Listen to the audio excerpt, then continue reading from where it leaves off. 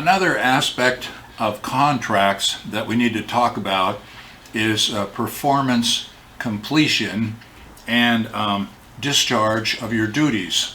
So when you make an agreement, you're going to build a new science building for Sierra College and you're going to get paid $10 million. When is your job of building the building complete to the extent that you're now entitled to payment of the $10 million? And actually in a construction contract like that, you would be paid in phases. You'd be paid a portion for each phase of the building. But when are you entitled to the final payment? Well, then we get into a really interesting aspect of contracts, which is timing of performance and completion of the job. When are you entitled to payment? And we call these performances conditions.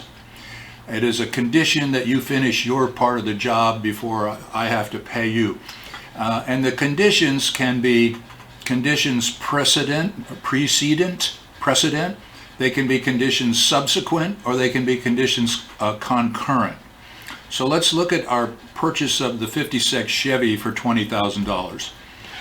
If in our agreement we say, look, I don't know you, so you pay me the cashier's check for the $20,000 first, and then I'll deliver the car. Now, what that means is the delivery of the cashier's check is a condition precedent to my obligation to deliver the car to him. And my obligation to deliver the car to him is a condition subsequent.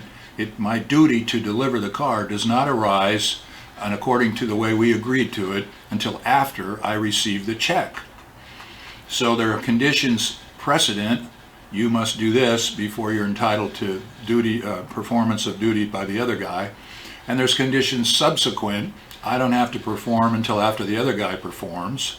And then there's conditions concurrent. Look, you don't know me, I don't know you, we both seem okay.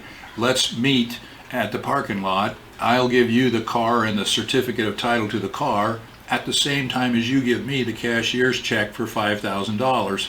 We'll exchange performance of duties at the same time. So that can be a condition concurrent. And you may not believe this, but millions of dollars are spent in court fighting over, at times, who had a condition precedent and who had a condition concurrent. But best way to avoid all that fighting is to specify it in the contract. So, but when you're building that $10 million science building for me, how do you know when your job is done? The contract probably says that you're going to build the building according to the specifications of the architects. So the architectural drawings for the building probably say the corners in every room have to be exactly 90 degree square corners. But on a huge science building, if you went in there after the building was done and you took a protractor and you measured the angle of the corner in every room, is every one of those corners going to be a perfect 90 degree angle? No. We do the best we can as human beings to build perfect buildings, but if we go in there with a protractor, some of those corners are going to be 91 degrees and some are going to be 89 degrees or 88 or 87 degrees. We can't build a giant building like that and have everything be perfectly square. So if our performance requirement is that we build everything perfectly square according to the architect drawings, we're never going to get done and we're never going to get paid. So in something like a big construction contract, what is the standard that says when you're done, completion of performance? And we have a legal standard and it is called substantial performance. And substantial performance means it's not perfect, but it's done to the standards of a reasonable person. It looks like it's pretty much done, as good as we can do. And when you're done to that extent, you've done substantial performance and you're entitled to payment. Now, a couple other things about performance. Sometimes performance, you build that science building and the contract might not say, it's done when we agree that it's done. In a big construction project, what usually happens is you have a punch list, and what happens is the owner or the owner's inspector goes through and says, well, everything looks good in this room, but there's a cracked ceiling tile there, you need to replace that. And this one plug in here doesn't work, you need to fix the wiring on that. And they make a list, and they say, okay. And things on the punch list, the contractor finishes fixing those, and then the building's accepted, and he gets his final payment. But sometimes completion of performance under the terms of the contract can depend upon some third person, like a building, a college building or a school building. It might say the building's done when the state school building safety inspector inspects it and passes it as safe for students to enter into. So sometimes when performance is complete and entitles you to payment on the other side, depends upon something you stipulate to be done by a third party, like an inspector. In a construction contract that may take a year to perform, at some point you might get into a disagreement, and the building doesn't have to be completed until the deadline, which is still a year away. But 6 months into the thing, you say, I've had it, I quit. Well, a problem arises with that is, you know, can you sue him now? He's quit at the 6 month mark, and you need to get him out of there, get somebody in there to finish the building. But can you sue him for breach of contract now at the 6 month mark when we don't know for sure whether or not he's in breach until a year from now when the deadline passes? Well, you can if he makes it clear that he's really quitting, because that is what is called anticipatory repudiation. You don't have to wait until a year from now when the deadline comes and goes, because he told you now that he's quitting. It's an anticipatory repudiation, and you can declare him in breach of contract now if he walks off the job. Now, another really interesting issue that comes up is sometimes you call a guy up and you say, look, can you have 10,000 bicycle frames delivered to my factory no later than April the 1st? I've absolutely positively got to have them here by April the 1st so I can finish manufacturing the bicycles and deliver them to Walmart by May the 1st for their big spring bicycle sale. It's absolutely positively got to be here by May the 1st. Can you do that? Yeah, I'll have them here. And then there's a problem with shipping, or there's a labor strike or a pandemic, and you're not able to get them here by April the 1st. You don't get them here till April the 3rd or the 4th. Do I still have to pay you? If the contract said they absolutely positively got to be here by April the 1st and late is not okay, do I still have to pay you if they get here a few days late? If they're 6 months late, no, I don't have to pay. But if they're just a few days late, do I have to pay? Answer's yes, I do, unless I have the magic contract words written into the contract. There's a 4 or 5 word legal term of art that means even a little bit late is not okay. And if you are late and these words are in the contract, a little bit late's not okay, and I don't have to pay. What are the magic words? 5 words. Time is of the essence. If the contract says time is of the essence with regard to performance of this contract, that means even a little bit late is not okay. And if the guy's late on performance, you don't have to pay.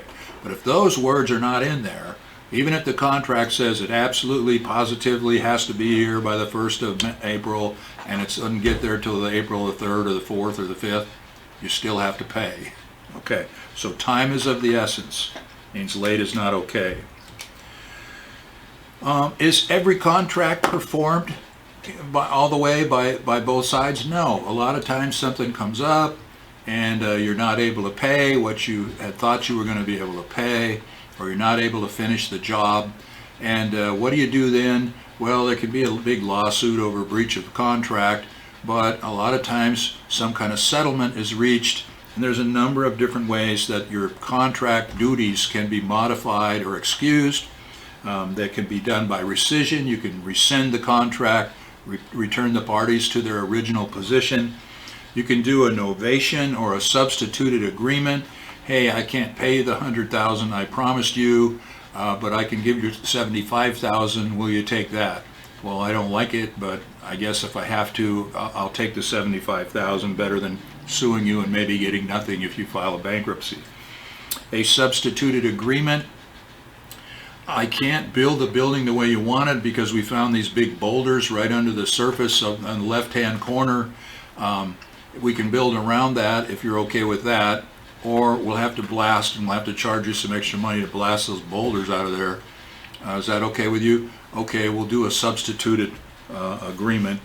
So there are a number of ways that contracts can be modified by agreement. It's only by agreement of the parties. Side note on that, there are construction contracts people enter into, particularly with the government, where they'll bid a price that's lower than what they'd make a profit on the job, because they know that when they're dealing with the government bureaucracy, as they go through the process of building the building or whatever it is, the bureaucrats are going to come in and say, well, you got to change this and you got to change that, and you got to change this, we forgot and we need to put this in. And they do what's called change orders. And every time they do a change order, the contractor says, well, okay, I'll do that, but that'll be an extra charge because that's not in the original agreement. We're going to charge you more money for that. And sometimes the change orders end up making the price of the finished building 2 or 3 or 4 times higher than the original bid price. Contractors make a ton of money on change orders, and the government is so lousy about monitoring these things. They've done studies and they've actually found out sometimes they save more money if they don't make any change orders and build the building the wrong way and let that contractor finish the job with the building not built the way they want it, and then hire someone else to go in and make the changes. They get a lot cheaper finished product that way than if they agree to all the change orders and all the charges put in by the contractor. So there's a lot of really horrible management of money that goes on in government contracts. But the change orders are the reasons why sometimes contractors bid the initial job so low. They're counting on making their profit on all the change orders. Now, contract obligations can also be discharged by the passage of time. Statute of limitations. Statute of limitations on most contract obligations in California is 4 years. So 4 years go by and you don't pay, your duty to pay then has been discharged. By the same token, if you file a bankruptcy, your obligation to pay may be discharged in the bankruptcy. But those are different ways that the duty to perform can be completed, or the duty to perform can be discharged or excused, or the duty to perform can be modified by agreement of the parties. And that's it on performance and discharge of the duties.